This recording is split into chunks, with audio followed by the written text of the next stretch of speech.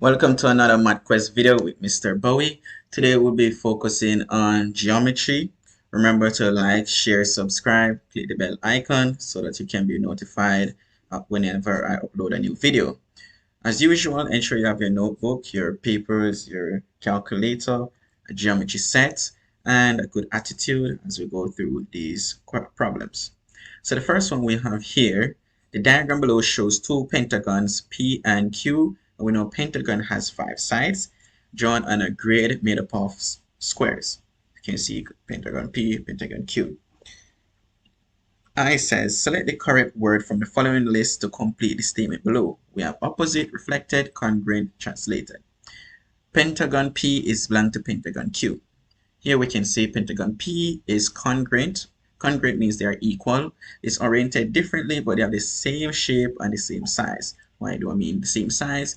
Well, if you count this going across 1, 2, 3, 4, 5. Going down here 1, 2, 3, 4, 5. Across 1, 2, 3. Here 1, 2, 3. And the same every other part. So we know they have the same shape and also the same size. So they are congruent, they are equal. So that's what we're going to go with. Alright, so we're gonna put congruent. And the reason here is pentagon P and Q have the same shape and size. So the shape and size are the same, so they're congruent. Our next problem here. So the diagram below, not drawn to scale, shows a pentagon VWXYZ. In the pentagon, XZ is parallel to XY, XW, and YX is parallel to VW. Angle XYZ equals 114 degrees, while angle VZW equals 98 degrees. Determine the value of. So they're not asking us to give the reason or find the angles, but I will put your reasons here. So the first one is WXYs. So we need to identify, so go back W to X to Y. So the angle is going to be here. So that's our angle. We can put theta for now. So how can we solve for it? We're going to have to look for properties. And the main emphasis is the word parallel. We know parallel lines create several types of angles. And one such angle, if you look at 114 and compare it with our unknown angle, they're cointerior. Why? Because the parallel sides XY and not XY, ZY and XW, those sides are parallel. So YZ and XW, they're parallel, and YX is the transversal, and we know the inside angles that are created by parallel lines and transversal are cointerior, so therefore they sum up to 180. So that means that WXY is going to equal to 180 degrees minus ZYX, which is 180 degrees minus 114 degrees. And that should give us, I always want to use my calculator even when I'm sure, because we tend to make simple mistakes. I do sometimes. So once I'm working my calculator, I'm going to work with it, not relying on it all the times though. Our reason, going to your angles. Angles sum to 180 degrees. There we go. The next one, angle ZVW. ZVW, so it's right here. So that's one, call it beta, one to find. Now, it has no relationship with any other angles, like types of angles, for example, corresponding. There's no other time. However, if we know all the other 4 angles, we can subtract it from 540, which is the sum of the interior angles of a pentagon, and that will give us for the value of this angle. And how do I know the sum of the interior angles for this one? Remember, the formula is n minus 2 times 180, and how we create it is the number of triangles we can create from it, from the pentagon. So we know one triangle has 180 degrees, and if we have a quadrilateral 4 sides, we can use a transversal to get 2 triangles, which is 360, and that's 4 sides, so it's n minus 2 times 180. 2 times 180, 360, so keep going. So this one is 5 sides, so it's 3 times 180, and we know 3 times 18 is 54, so 3 times 180, yep, 540. So we know the total, so of angle is 540. So can we find this angle, which is WYV right here? So if we can find it, then we can add the others. But the good thing with this angle right here that we're asked to find, let's erase this beta and call this angle that we want to find beta for now. VW and XY are parallel lines, and XW is the transversal. So they also create another pair of cointerior angles. So we can use that to find. So, and we know that, so let's continue. So therefore, XW, let's write this better, XWV is going to equal to 180 degrees minus WXY, which is 180 degrees minus 116 degrees, which is just going to give us 64 degrees. Same reason, cointerior angles. And now we can find our final answer. Let's go some more space. So you can see, hence, ZVW is going to equal 540 degrees minus sum of all the other angles, which we have 98 degrees plus 114 degrees plus another 114 degrees plus 64 degrees. No, I have 114, oh, 116. Okay. Oh, so I'm adding these angles incorrect. I have 114. This is 116 plus 64. Yes. So this is 116. Okay, so 116. Now we're going to have 540 minus all of the sum of these, which is 98 plus 114 plus 116 plus our 64, 398, 392 degrees, 148 degrees. So we got 148 degrees. And that is some of the interior angles in a pentagon. So again, that one gives us 116 there. One give us 64. Awesome. So let's continue.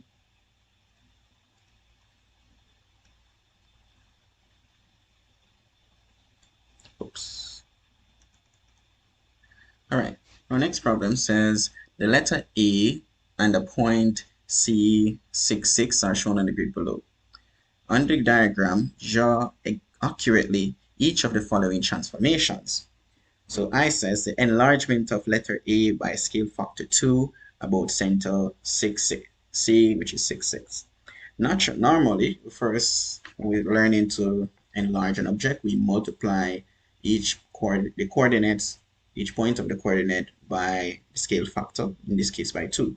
And usually the center would have been at the origin, so we just multiply and we are finished. But when the center is not at the origin, we have to bring it back to the origin, then do our multiplication, and then after it, we're going to put it back to the origin. So this one takes a little time. So we're going to do the first one, calculate it, and then we can do the other one by mental math. So let's go. And basically, once you do the first point, you won't have to calculate for the other points, given that you're working on the graph. And let's show you what we mean. So the first point, let's choose a point. Let's say we choose this point right here. Let's use red. Seems to work better.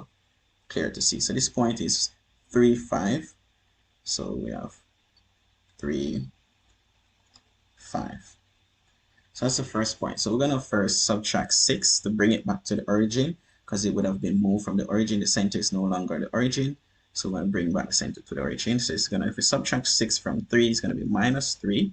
And 6 from 5 is minus 1. So that's our point now at the origin. And then we're going to translate, enlarge it using 2, scale factor 2. So 2 times minus 3 gives us minus 6. 2 times minus 1 is minus 2. And now we're going to add back our 6. Now we're going to bring it back to the center of origin, which is 6, 6. And now we're going to add back 6. And we're adding 6 to both of them because it's just 6, 6. If it was a 6, 6, let's say it was 6, 2, then we would have add 6 to the x values, subtract 6 to the x values, and then add back 6 to the x values, subtract 2 to the y values, and then add back 2 to the y values. So if that was the case, that's what we would have done. But in this case, both x and y values are the same, so that's why we're doing the same thing to both of them. Now, this is going to give us 0 and positive 4. So that's where our I keep saying translated enlargement value. So that means that we moved 3, 2, move to 0, 4. So 0, 0, 4. Hold on. Now we get -2. Oh, -2. Yes, we got 0, 4. 0 here. And 4 here. Okay, 1 second. It is, oh, it is 3, 2, and I have 3, 5. I knew I made a mistake. I made a mistake right here because it didn't seem correct. Something was just off. So let's go back. As I said before, mistakes 10. So the point is 3 and our x and 2 and our y. So if I subtract 6 from 2, I get -4. When I multiply it by 2, I get -8. Then when I add 6 to it, it gives me -2. So it is 0, -2. So 0, -2, so it's right here. Now, the difference between the first part here and the next point here on A is 2. There are 2 units apart. So if I multiply it, that 2 times 2 is 4. So when I enlarge them, they should be 4 units apart. So all I need to do now is go 4 units over on my right. Since the next point was on my right, it's still going to be on my right once when I enlarge it. So 2, 3, 4. So it's going to go right here. So right there. And to get the next one in the center of it, it is 2 up.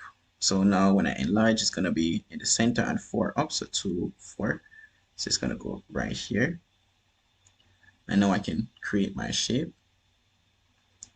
Which, let me go for it.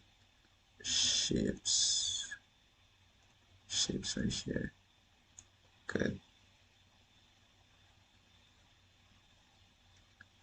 Working with this, sometimes it'll take some time.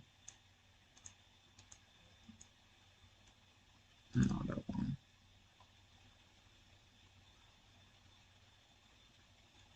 There we go. And there we go. All right. Now the point that goes across, if we observe, it is 1 from the above and 1 from below. So it's going to be 2 from above. So it's halfway. So it's basically here.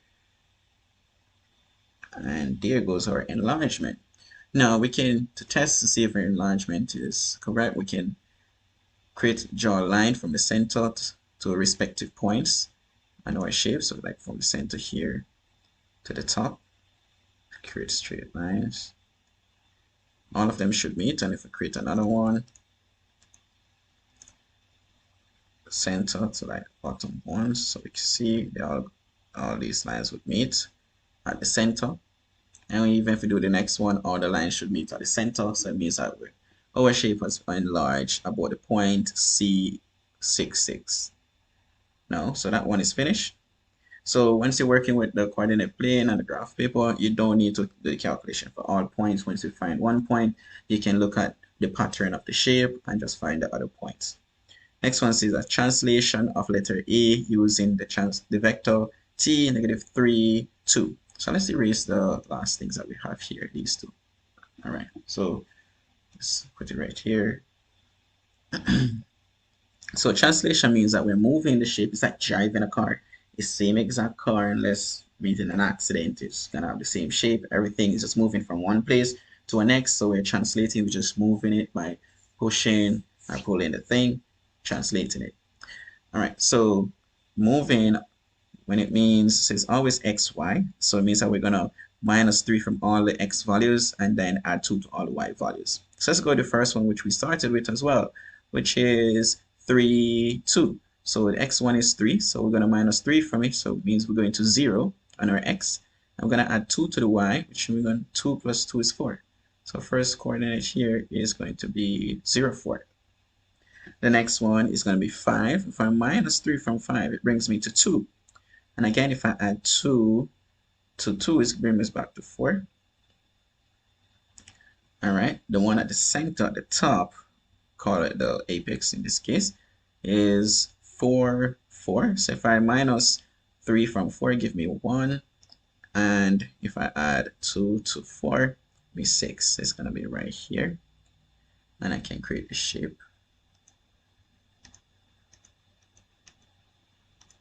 Let's see if it will work for this small. Awesome. Let's get another one. Oops. Let's rotate a little. There we go. Excellent. And we know halfway there is going to complete our A. And that's the translated point. So all the x coordinates would have moved shift to our left 3 units. And all the y coordinates would have shift upward 3 units. So it's translated upwards 3 units. And there we go. So it looks identically the same. It's just moved from one place to the next. While the enlargement, it gets bigger. Looks the same, but it's not the same size. When you translate, same size, same orientation. And there we go for those two. Let's see if there are any other they want us to do. Okay, our next question here says, the diagram shows 3 quadrilaterals P, Q, and R on a square grid. Q and R are the images of P after it underwent 2 different transformations. Okay, so P and Q and R. Right, so let's see what they have to say.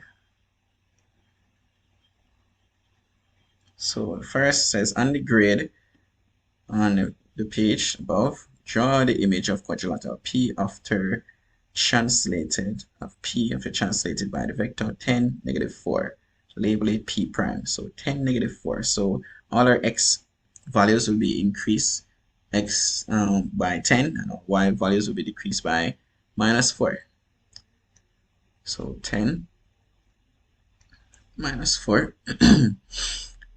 So we just need 1, honestly, and then we can get everyone else.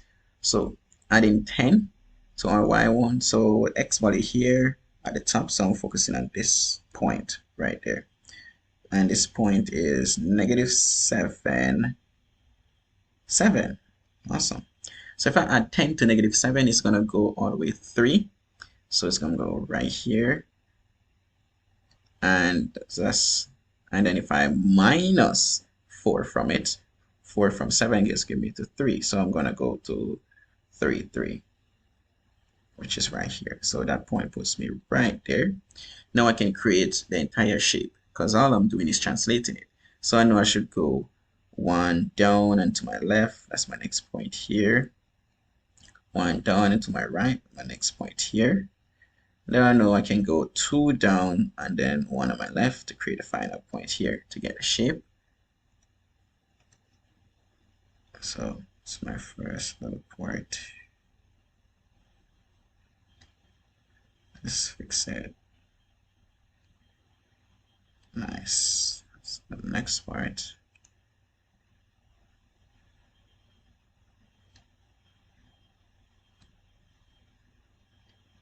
Good, right there. I'm just chasing out the shape.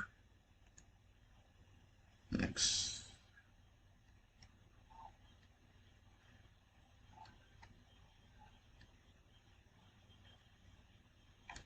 Awesome, then 1 more to go.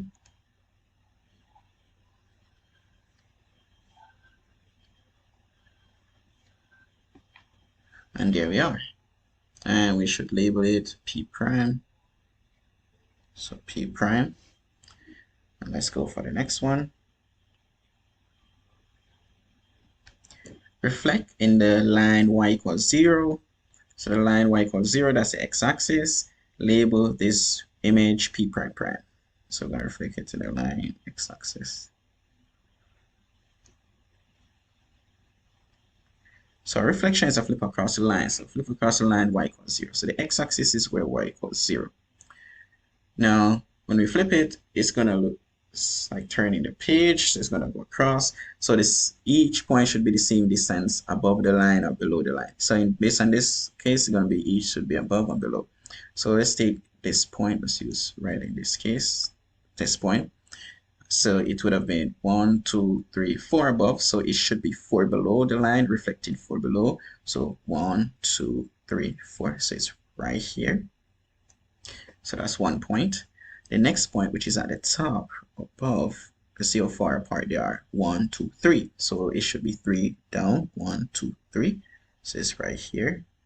And now we can create the other parts of the shape. So we know the top part is always, so 1 to the right and downwards. It's going to go right here. Next part there. And then we can create the shape. So the good thing, we don't have to calculate for all of them. We just want to see how the shape behaves. Can we draw out that shape? And we're good to go. We just need 1 point. Once we get 1 point, we're good to go with the other points. So let's keep drawing.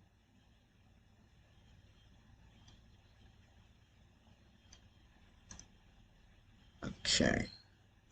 This is not the perfect tool to use in this situation. Okay, so I think I got somewhere.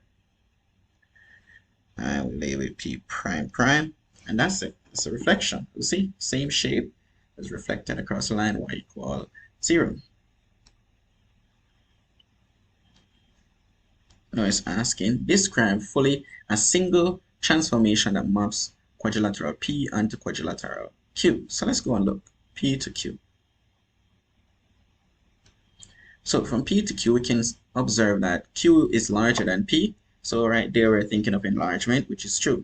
So we know 1, so we're going to get 1 point to say it's enlargement.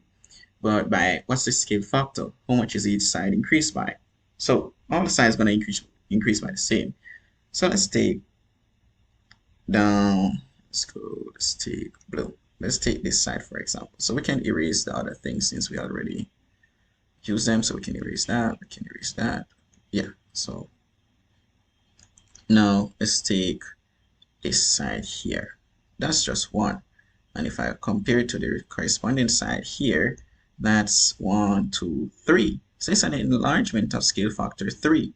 So we can say k is equal to 3 right there. So now it's an enlargement. No, scale factor is 3. Even if we compare the other sides, we're going to see they are 3 times each other. For example, if I take this one, that's 2 in length across. Not 2 exact units. I'm looking at the diagonal going across. And this one would be 2 and 2, 3, 2. So it's 3 times. So we can conclude that scale factor is 3. Now, what about the center of enlargement? To get the center of enlargement, we need to draw straight lines and see where they meet. So let's go. So connect corresponding points and we enlarge it. So this one will just go straight across. And we need another line for the one here. Once 2 of them meet, they're going to meet at the centers, but we can use all of them if we choose to. Oops. All right, so let's enlarge it for now and then fix it. So, oops, shouldn't have done that. So starting, it doesn't want to start there.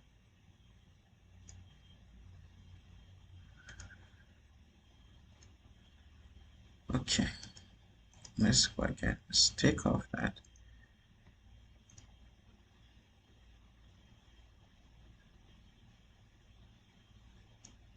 Let's see.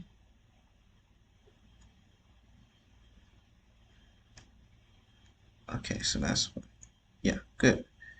So we can, there we go. So those two, we can see that they meet at -10, 7. Even if we try any other, it's going to be the same point they should meet. So even if we try, let's say this point with its corresponding point. There we go. So they all meet, all of them meet right here, which is -10, 7. So we know it's an enlargement, scale factor 3, and we know the center of enlargement is as -10, 7. So let's go and write that.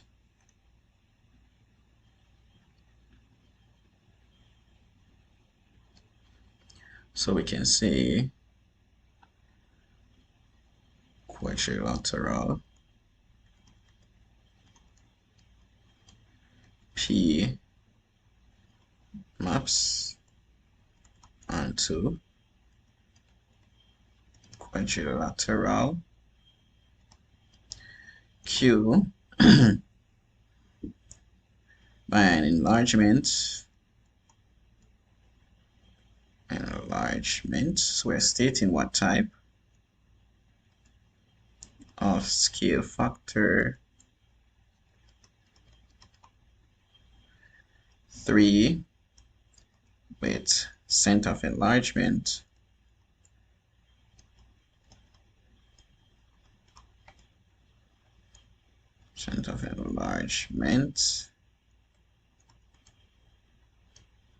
-10, 7. So we get 1 mark to say it's in the type, 1 mark for the scale factor, and the next mark is giving us the center of enlargement. Let's write this 10 a little better. Yeah, 10. And mark P onto R. So let's go and see what's happening here. P onto R. Now, P onto R is not an enlargement, as we can see. It's not a reflection, as we have done the reflection. It's not a translation. So our only thing to go is a rotation.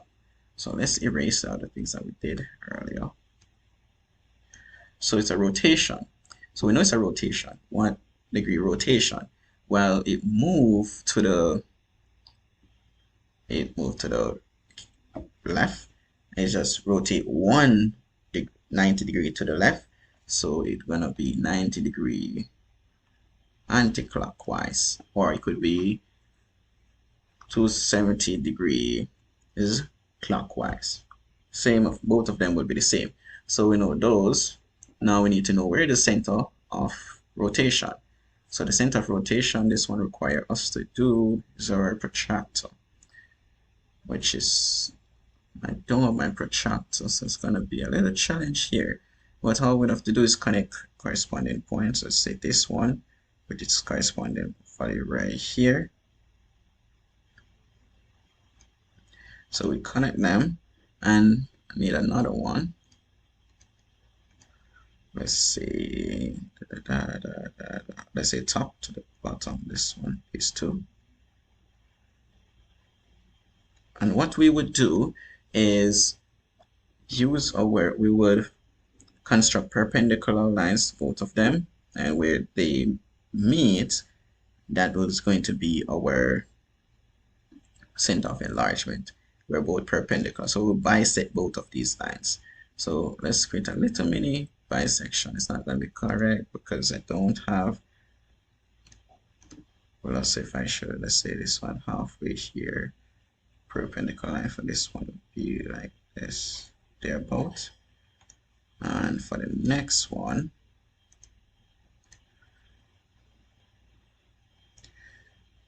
perpendicular line for it.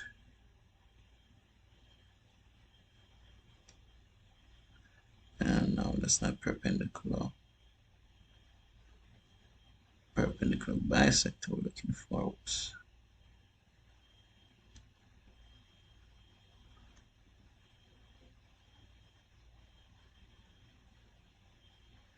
All right, so I won't be able to give you this one, but all you have to do is similar to what's happening here. So the value I'm going to put for this one is not going to be correct, but it's an estimation to give you an idea of what you would be doing. So you should have your protractor, compass. So what you're going to do, construct perpendicular. That's basically like construct a perpendicular line for both of these and extend your line, and where both of them meet, that would be your center of rotation. That's it pretty much. So arbitrarily, I'm gonna just use AB or just XY for mine because I'm not sure, but it's somewhere here if I had my protractor, which I didn't. So I've been telling you guys to be ready. Unfortunately, I wasn't ready for this particular one. But it would be at quadrilateral P maps onto quadrilateral R by a 90 degrees anti-clockwise, or we can say counterclockwise rotation with center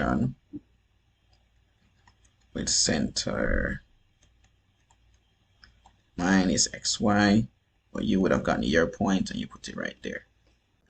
Here's our next question. This one says lines N, L, and M are drawn on the square grid below. So as we can see, both of them, line L and M.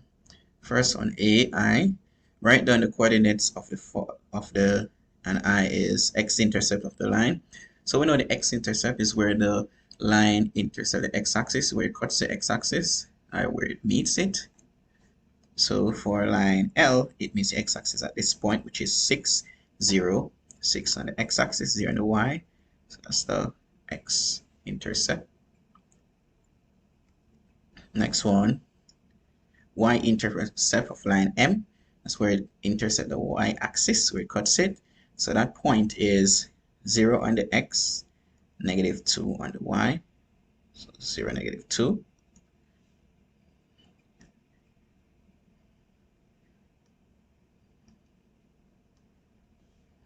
Okay, now our next problem is the equation of the line L is x plus 2y minus 6 equals 0. Find the value of k given that the point 9k lies on line L.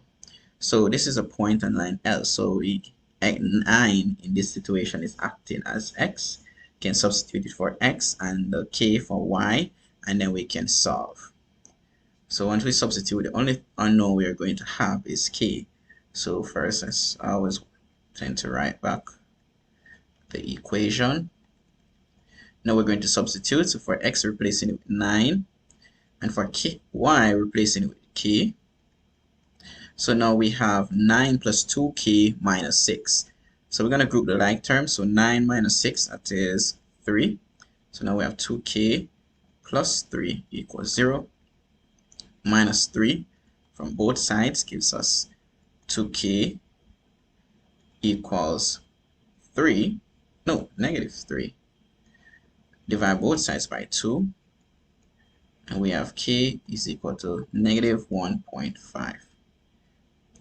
Next one, C says, find the equation of line M in the form y equal mx plus c. So on line M, once we find the equation of a line, we need to know two things. The gradient, the slope, which is m, how steep the line is, and c, where it intersects the y-axis, the y value of it. So let's go, and that's line M. So we already know the y-intercept, 0, -2. So c is going to be -2, and the slope, which is how steep the line is. All we have to do is see if we're moving from one point to the next, how far is a change in y over the change in x. So for example, let's say I move it from this point on line M. Let's call it point A, and I want to go all the way up to point B here.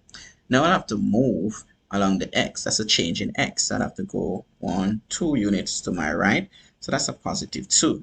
And then to get back on the line at B, I'd have to go up 1, 2, 3, 4. So +4 units. So the change in y, so my m, which I put as change in y, or rise over run for some person, over change in x, is the same as rise over run. So my rise was +4 for run, which is 2. So my gradient is +2, while my c is -2.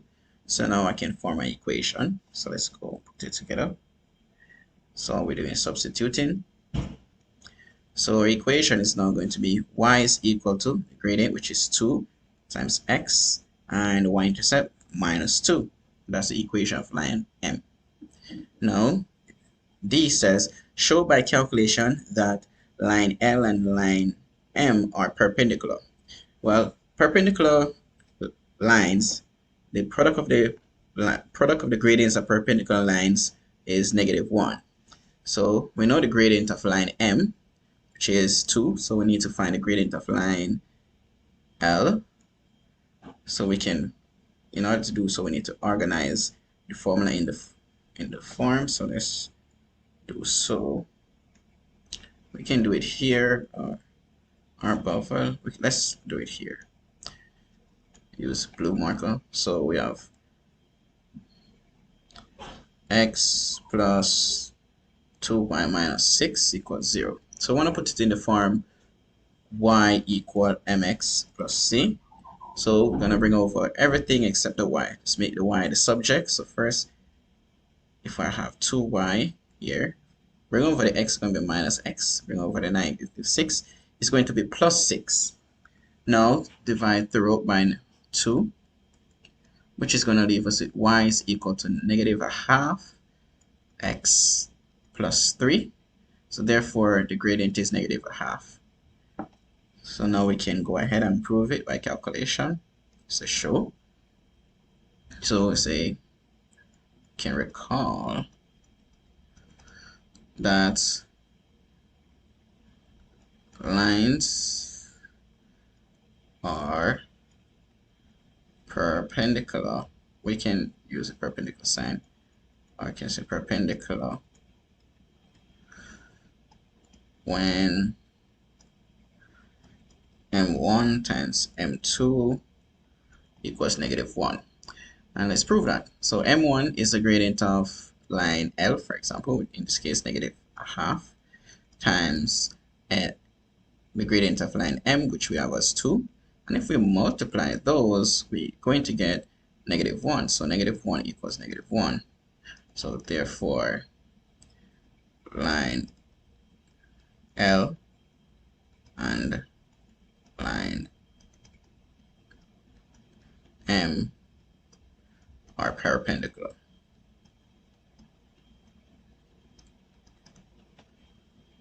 So now we can conclude that they're perpendicular. E says line L and line M represent the graph of a pair of simultaneous equations. Using the graph on page 11, which is the one above, write down the solution to the pair of simultaneous equations. Now, solution to pairs of simultaneous equations on a graph, people, and a graph is where both of these equations meet. Because when we're solving it, we're trying to say what is the situation that satisfies both of these equations, and it means that at some point in time they both meet. So that's what we're looking for, where they intercept each other. So let's go back.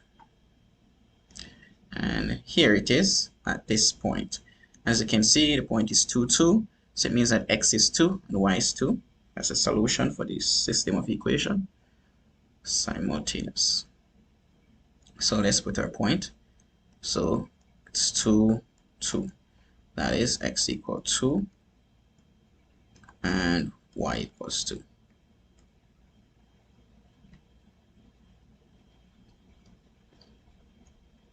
Not a problem here. The diagram below shows 3 triangles x, y, and z on a square grid. As we can see, x, y, z. And they look congruent, so some transformation happening. Okay, so let's go and see follow-up questions. First is, triangle x is mapped onto triangle y by a reflection. State the equation of the mirror line. So the mirror line, triangle y onto triangle x onto y. Okay, x onto y. As we can see, yes, it looks like a reflection. The mirror line, both the image and pre-image will be the same distance from the mirror line, and as we can see, both of them are the same distance, 2 units from y equals 0 or the x-axis, whichever one we want to use, y equals 0 or the x-axis, they're both the same. So the line, since it's one as a line, we can say y equals 0. So mirror line is y equals 0 or x-axis. Describe fully the transformation which maps triangle x onto triangle z. So we're looking for triangle X and the triangle Z. Triangle X and the triangle Z. It's not a reflection, that's one. It's not an enlargement, because it goes to get smaller or larger.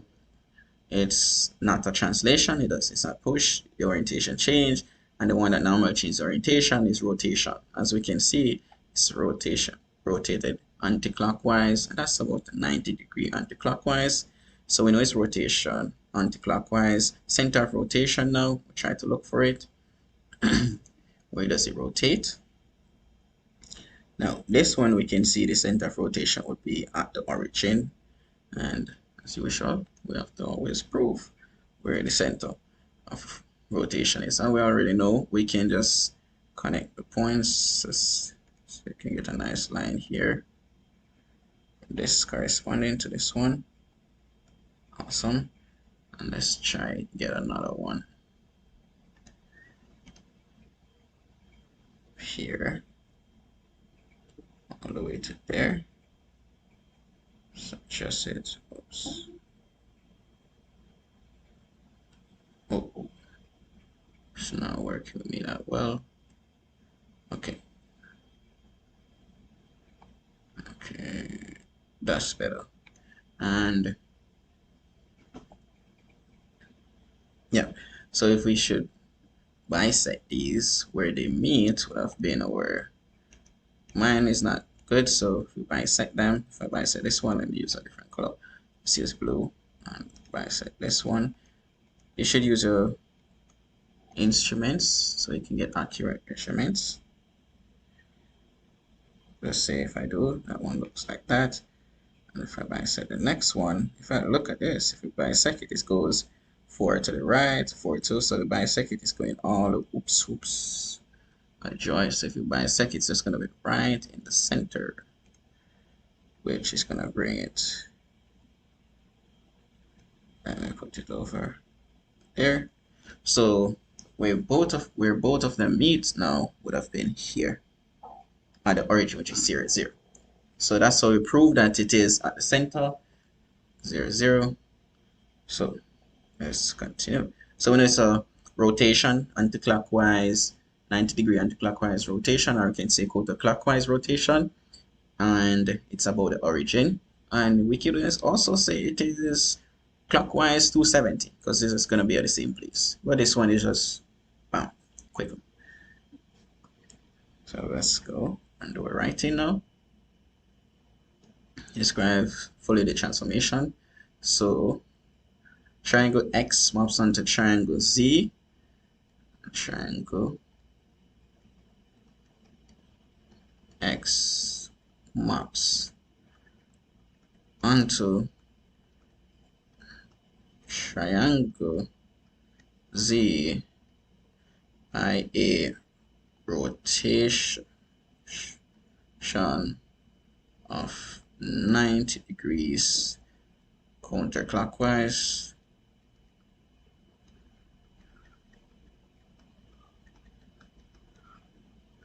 about the origin.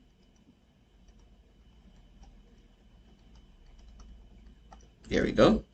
Next says, on the diagram on page 10, translate triangle Y on using the vector -7, 1. So we know translation, we're basically moving the object from one place to the next, not changing the size or the orientation, right? So all our X values will be reducing by -7 by 7. All our Y values will be increasing by 1. So let's go, -7, 1. And that is triangle Y, triangle Y. So let's clear all the other stuff. We don't need it, right? You would clear it though. So like you would have all the other lines. So you could keep those. So let's escape it like way it would have looked. So triangle Y now is going -7, all our X and 1 on our Y. So let's go.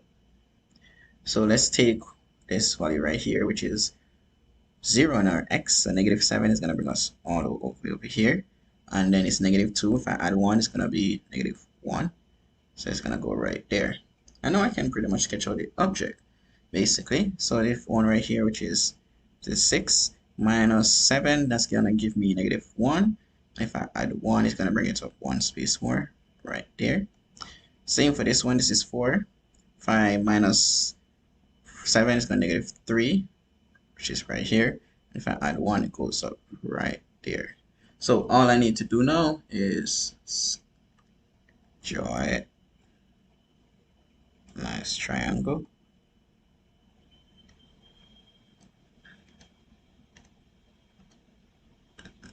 Straight line across. Yeah. And the third line. Complete a triangle here. And there we go. And that's we can label it y prime. They didn't say, but you would normally do so. So let's put it y prime. So that's how translated.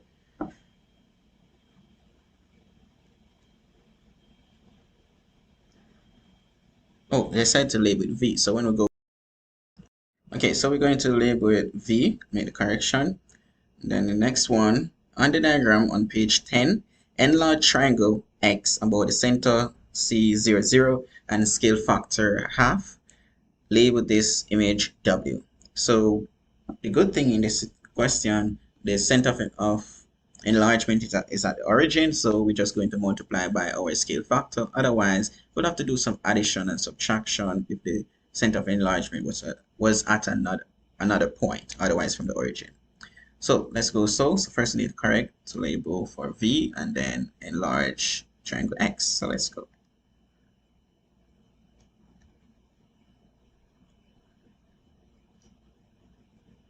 All right. Oops. So I think I may have had something here. So let me erase. All right. Good. This one is V. So we have it labeled V. Yes. Before I had it labeled Y. I went and made a correction. So it should be V. Now, enlarging triangle X, making it half. So first point coordinate we can use is right here, 0, 2. Half of 0 is 0. Half of 2 is 1. So the new coordinate is going to be right here. And then over here we got 6, 2. Half of 6 is 3, which brings us right here. And half of right here and half of 2 is 1, so it brings us up down right here. Next one is 4, 4. Half of 4 is 2, so it's 2, 2. All right, I'm going to do a freehand to draw this one. So let's see how best I can go. There. I don't recommend you use a freehand. You should have and label it W. Use a freehand because it's very small and what I'm using, my shape is gonna be a little challenging. That's why. So now we finish that part.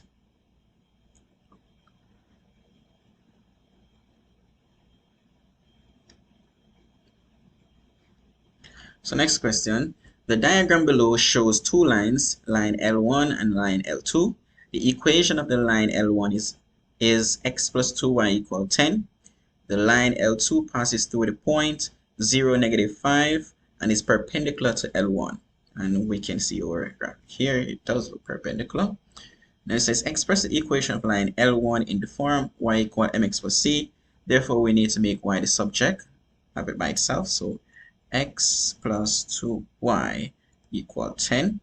So first we need to minus x from both sides so we can get, so the first thing, so that's going to leave us with 2x equal minus x plus 10. Then we're going to divide both sides by 2. So keep doing the opposite operation. Therefore, we're going to have y is equal to negative a half x plus 5. And there we go. Next one says state the gradient of L1, which is the coefficient of the x term, which is negative a half. So gradient is equal to negative half. Then we'll move on to and to determine the equation of line L2. So when we determine the equation of a line, we need the gradient, which is m, and the y-intercept. So let's go and see if we know the y-intercept. Yes, we know the y-intercept is negative 5. C is negative 5. So we know what C is. Now, to find the gradient, we know that the product of the gradient of perpendicular lines equal negative 1. So we know M1 already. So we should know that m1 times m2 equal -1. m1 is -1/2 times m2 -1. So to cancel -1/2, we can multiply both sides. Let's basically say, let's multiply by its reciprocal, which is -2/1. -2/1. You could just multiply by -2, but for reciprocal of fraction's sake, so if it was 2/3, then we would have multiplied by 3/2, which would cancel and just give us 1. So that's the aim that we're trying to achieve. So now we're just going to have m2 is equal to +2. So the gradient of line L2 is +2. So we can say, therefore, equation for line is y equal 2x minus 5. That's the equation of the line L2. Y equal 2x minus 5.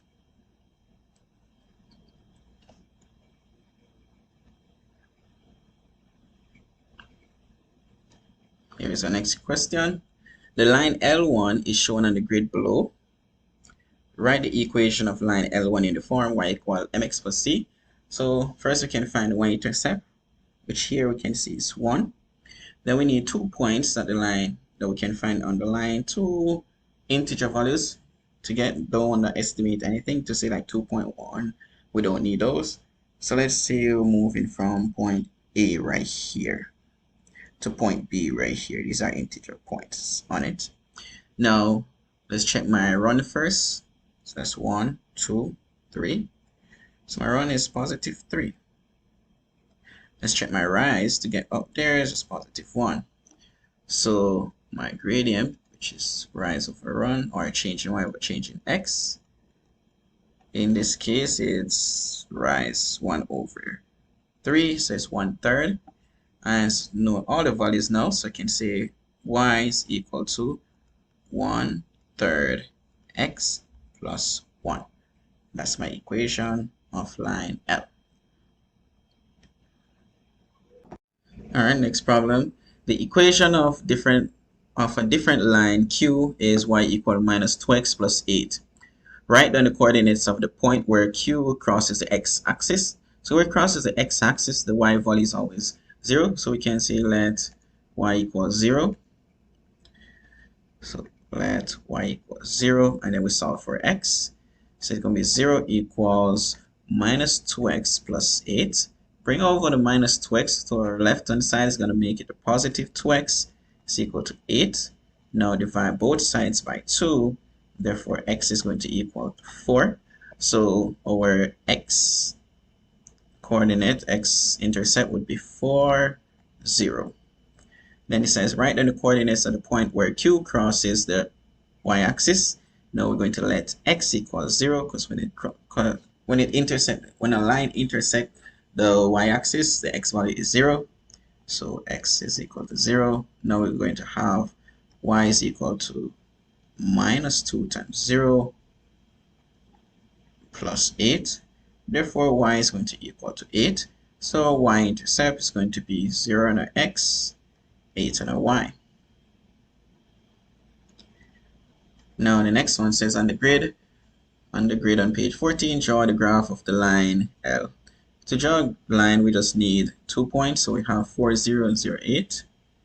And then we connect them. Let's use blue. So 4, 0 is right here. And 0, 8 is right here. So let's go ahead and do so.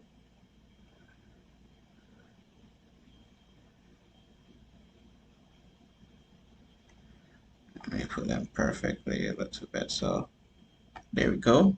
So that's line Q. We can say put Q there, so that's line Q.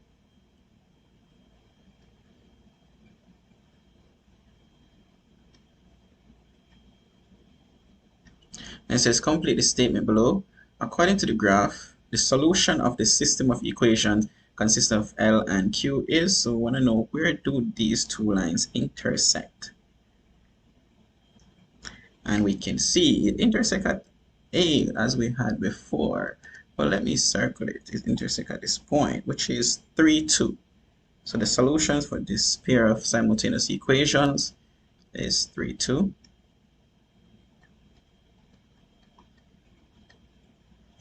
And that is x equals 3 and y equals 2. Yeah, that's better. Oops, let's go back up a little. The diagram below shows four shapes P, Q, and R, P, Q, R, and S on a square grid. We can see the shapes right here. Let's see the questions that we have. Okay, so this is description this time. How are we doing describing? Cool. All right. First to describe is describe fully the single transformation that maps shape P onto shape Q. So we're going to map P onto Q, R, S. Start with Q. Shape P onto Q. All right, so P and Q, they're right beside each other. Based on it looks, it's not a reflection, it's not a translation, it's not a enlargement. So it has to be a rotation.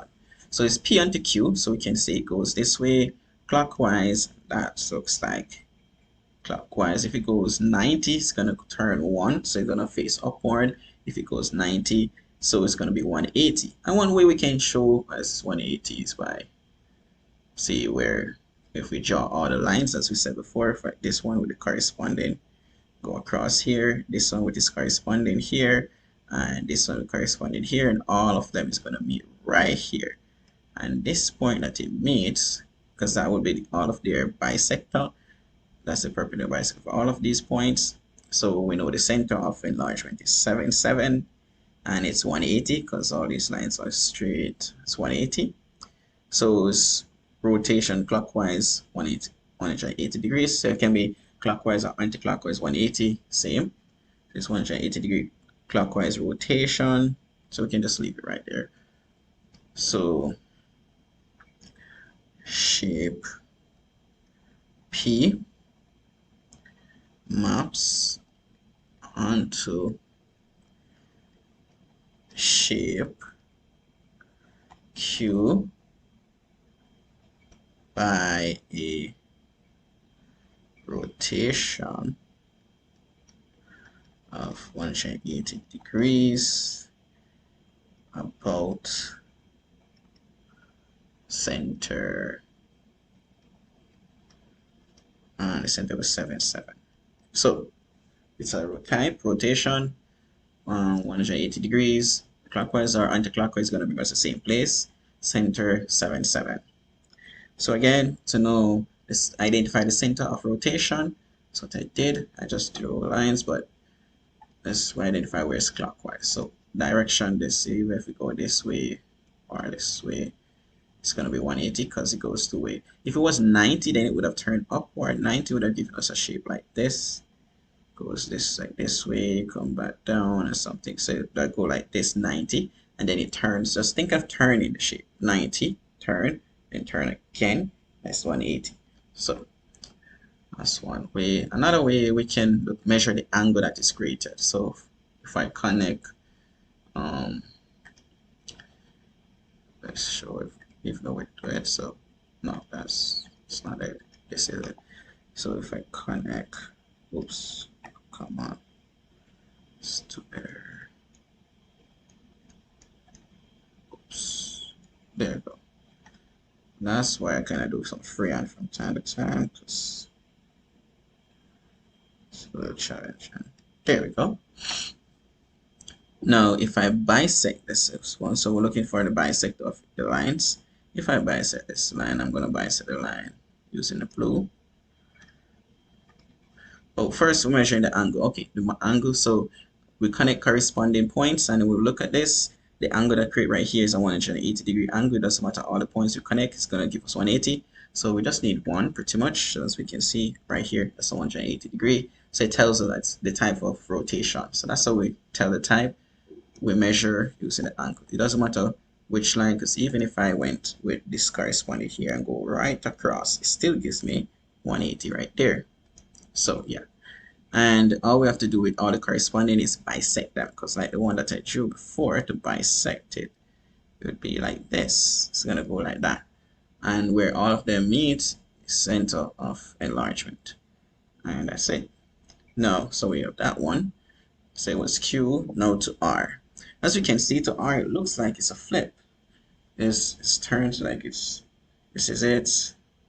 It's like this is it, and then it's flip onto it. So it's a reflection. See, so we have here, and it goes there. So reflection.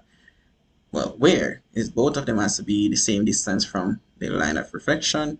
So let's count the distance between them. 1, 2, 3, 4. So the mirror line has to be 2, 2 away. So 2 distance this way and 2 this way. And that line is x equal 1. So the line of reflection is x equal 1. So there's a reflection across the line, x equal 1.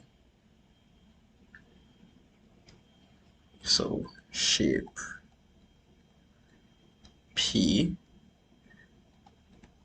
maps onto shape R by a reflection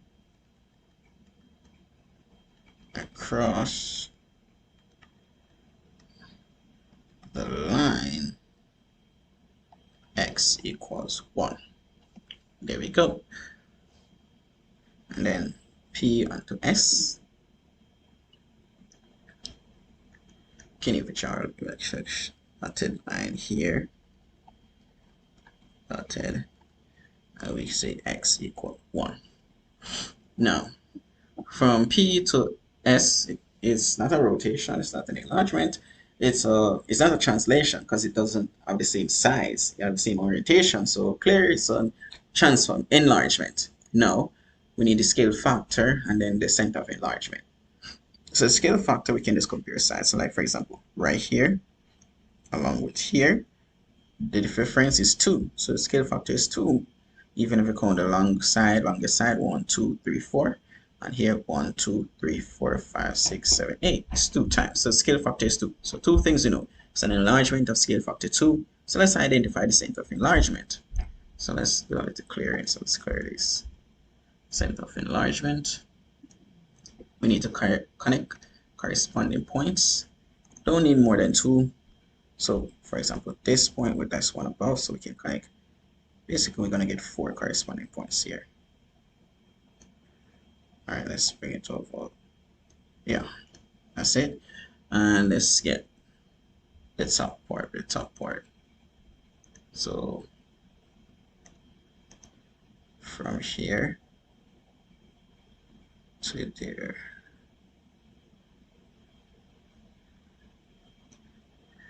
Let's fix it. There we go. Oops, it's not exact. Because mine is about accuracy. Let me see if we can. All right, good. So I'll have it the same way. Oops, come on.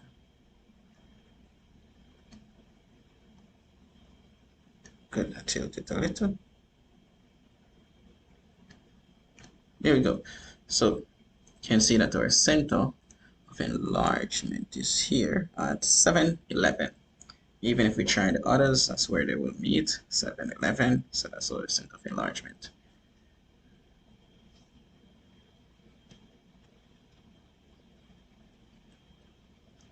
So we can see shape P maps onto shape S by an enlargement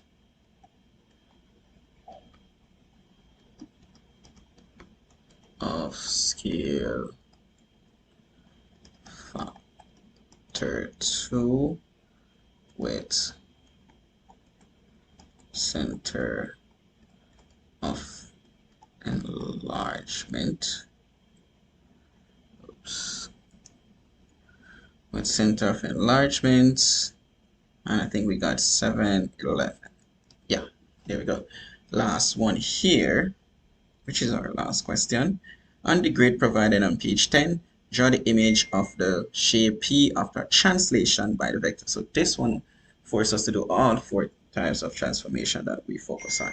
So shape P, we're shifting it from using -2, 3, so all the x values will be reduced by 2 and the y values will increase by 3. So let's go and do so. So -2, 3. So first x right here, which is 3, 3, 6. So -2 from 3 is 1. It's going to bring us to 1 right here. And if I add 3 to 6, it's going to bring us to 9. So this is right here. And then I can get all the others. So it's 1, 2, 3, 4, 4 out. So go 4 out, 1, 2, 3, 4. So we're going to go right here. Then 2 up, right there. 1 across. And we just create the shape from there. Now I can create a shape. Straight. Well.